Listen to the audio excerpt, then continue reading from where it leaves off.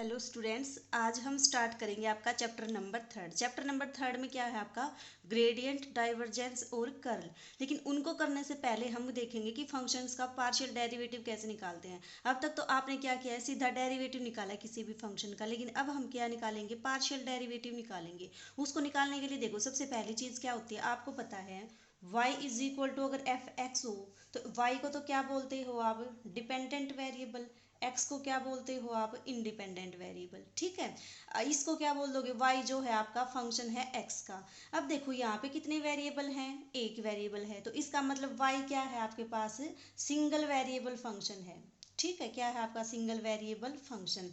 अगर मान लो कहीं भी आपके पास ये फंक्शन आपका एक वेरिएबल का ना हो कि दो वेरिएबल का होता तो उसको क्या बोल देते, function of two variable. Means ऐसे दे रखा, मान लो z is equal to F of X Y, तो ये क्या हो जाएगा आपका, z क्या है आपका फंक्शन ऑफ टू वेरिएबल। ठीक है, इसी तरह से अगर आपके पास मान लो कुछ भी दे रखा हो, तीन वेरिएबल का दे रखा हो, तो आपके पास क्या आ जाता, फंक्शन ऑफ थ्री वेरिएबल। ठीक है, अगर आपका फंक्शन एक ही वेरिएबल का है तब तो आप जो डेरिवेटिव निकालते हो उसको क्या बोलते हो आप, टोटल डेरिवेटिव। जब कभी भी आपका फंक्शन एक से ज़्यादा वेरिएबल का हो तो अगर उसका डेरिवेटिव निकालना हो तो उस डेरिवेटिव के लिए क्या टर्म यूज़ करते हो आप, पार्शियल डेरिवेटिव यूज़ करते हो। ठीक है, अब देखो निकालते कैसे हो पार्शियल डेरिवेटिव।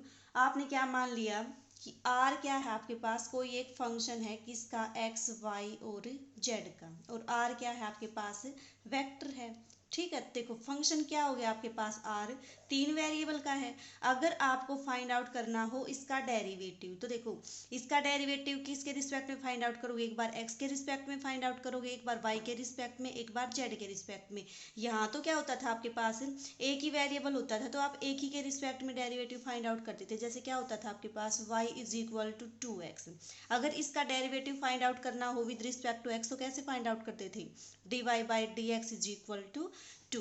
ठीक है, लेकिन इस केस में आपका ऐसा नहीं है। इस केस में आपके पास कितने इंडिपेंडेंट वेरिएबल हैं, तीन इंडिपेंडेंट वेरिएबल हैं, तो तीनों के रिस्पेक्ट में आप डेरिवेटिव निकाल सकते हो।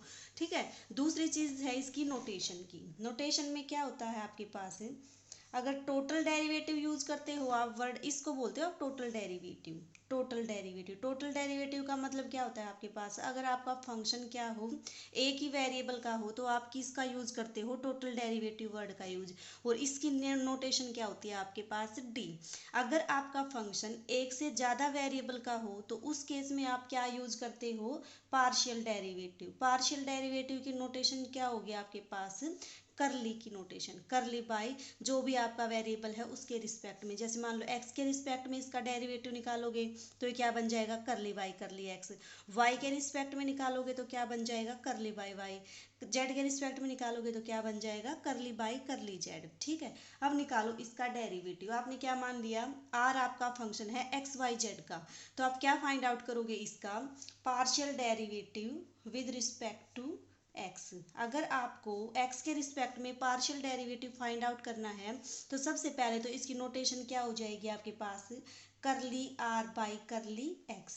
ठीक है, या फिर क्या नोट कर सकते हो आप, इस फंक्शन के सफिक्स में लगा दो वो वेरिएबल जिसके रिस्पेक्ट में आप क्या करते हो, डेरिवेटिव करते हो। तो एक्स के रिस्पेक्ट में करोगे तो क्या आ जाएगा, एफ एक्स आ जाएगा।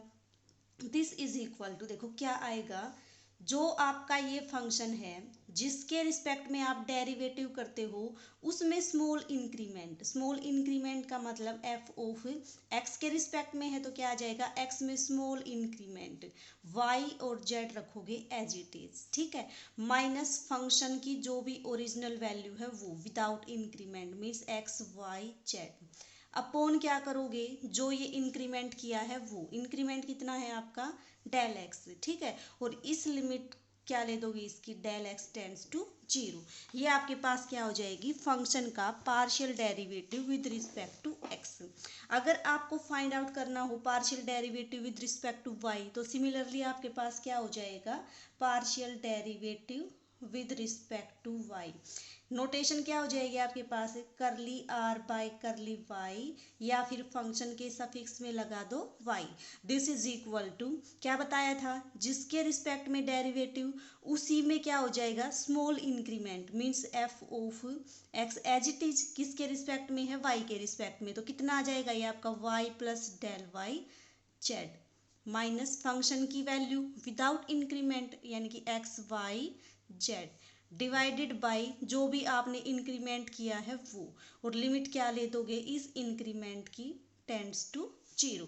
ये आपके पास क्या आ जाएगा, फंक्शन का partial derivative with respect to Y. Similarly आपके पास फंक्शन का partial derivative with respect to Z कितना आ जाएगा, ये आ जाएगा आपका एफ जेड या फिर curly R by curly Z is equal to, किसके रिस्पेक्ट में करोगे, जेड के रिस्पेक्ट में, तो इंक्रीमेंट कहाँ आएगा, जेड में आएगा।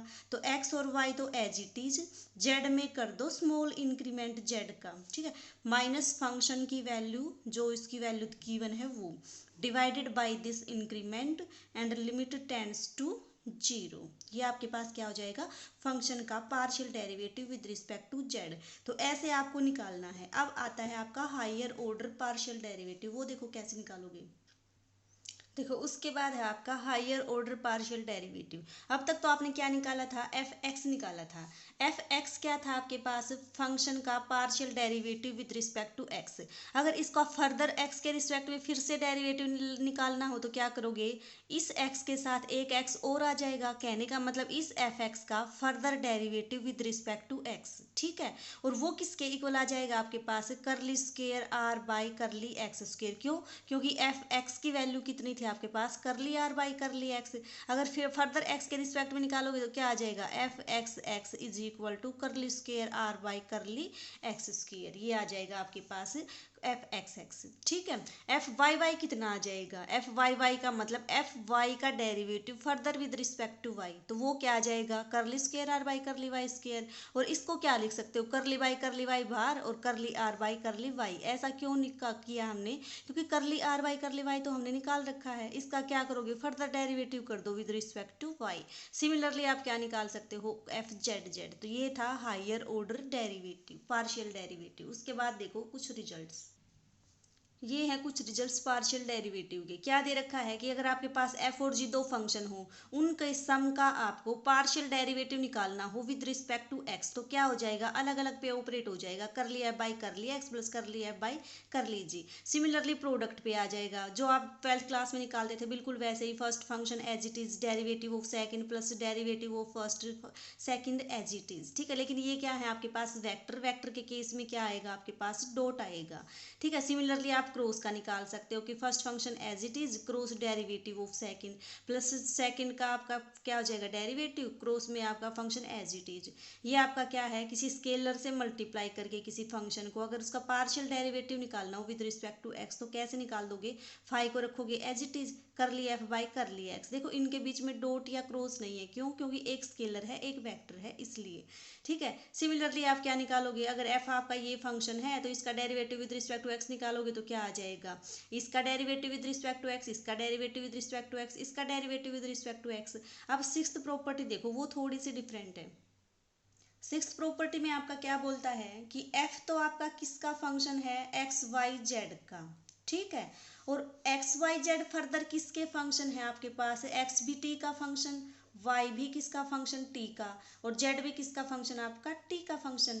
तो इस केस में अगर आपको इस फंक्शन का डेरिवेटिव निकालना हो किसके रिस्पेक्ट में, इस टी के रिस्पेक्ट में, तो क्या आ जाएगा, वो देखो करली एफ बाई करली टी।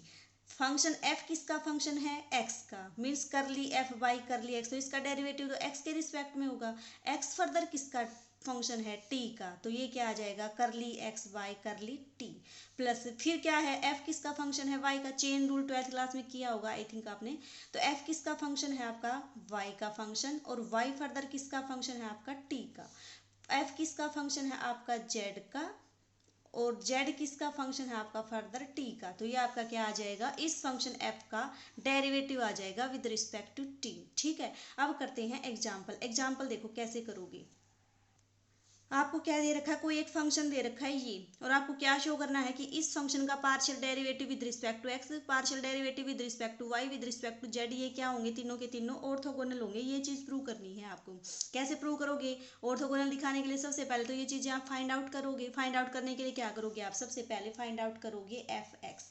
याद रखो, पार्शियल डेरिवेटिव निकालते समय आपको एक बात का ध्यान रखना है कि अगर एक्स के रिस्पेक्ट में इसका पार्शियल डेरिवेटिव निकालोगे तो वाई और जेड को क्या करोगे? एज ए कॉन्स्टेंट ट्रीट करोगे। ठीक है, y के रिस्पेक्ट में निकालोगे तो x और z को क्या मानोगे? कांस्टेंट की तरह ट्रीट करोगे। सिमिलरली z के केस में अब देखो, इस फंक्शन का derivative with respect to x निकालना है, तो इसका मतलब y और z को क्या मानोगे? कांस्टेंट मानोगे। तो निकालो इसका डेरिवेटिव, x के रिस्पेक्ट में करोगे तो कितना आ जाएगा ये आपका 2xi प्लस, यहाँ पे तो x है ही नहीं, क्या है आपका? कांस्टेंट, प्लस क्या आएगा?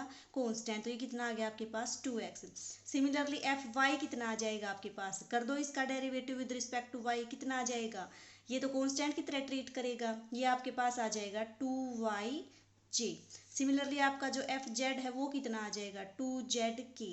अब आपको दिखाना है कि ये तीनों क्या है आपस में परपेंडिकुलर। कैसे दिखाओगे? F X dot F Y, दो वेक्टर आपके परपेंडिकुलर कब होते हैं? जब उनका डॉट क्या आ जाए? 0। ले दो इनका डॉट, कितना आएगा? एफ एक्स की वैल्यू कितनी है आपके पास? 2xi dot 2yj। 2x और 2y तो क्या है आपके पास? कांस्टेंट, बाहर आ जाएंगे। डॉट किस किस के बीच में आएगा? i dot j। आपको पता है i j के क्या होते हैं आपके पास? परपेंडिकुलर होते हैं। ठीक है, तो इनका डॉट क्या आ जाएगा? 0 आ जाएगा। This is equal to 0। Similarly आपका एफ वाई एफ जेड निकालोगे तो वो कितना आ जाएगा? 2yj dot 2zk। ठीक है, ये कितना आ जाएगा? 4yz। डॉट किस किस के बीच में आएगा आपके पास? j और k के बीच में। ये आपस में क्या है? परपेंडिकुलर। तो इस तरह से ये तीनों वेक्टर आपस में क्या हो जाएंगे? परपेंडिकुलर हो जाएंगे। ठीक है, ये आपका एग्जाम्पल फर्स्ट था।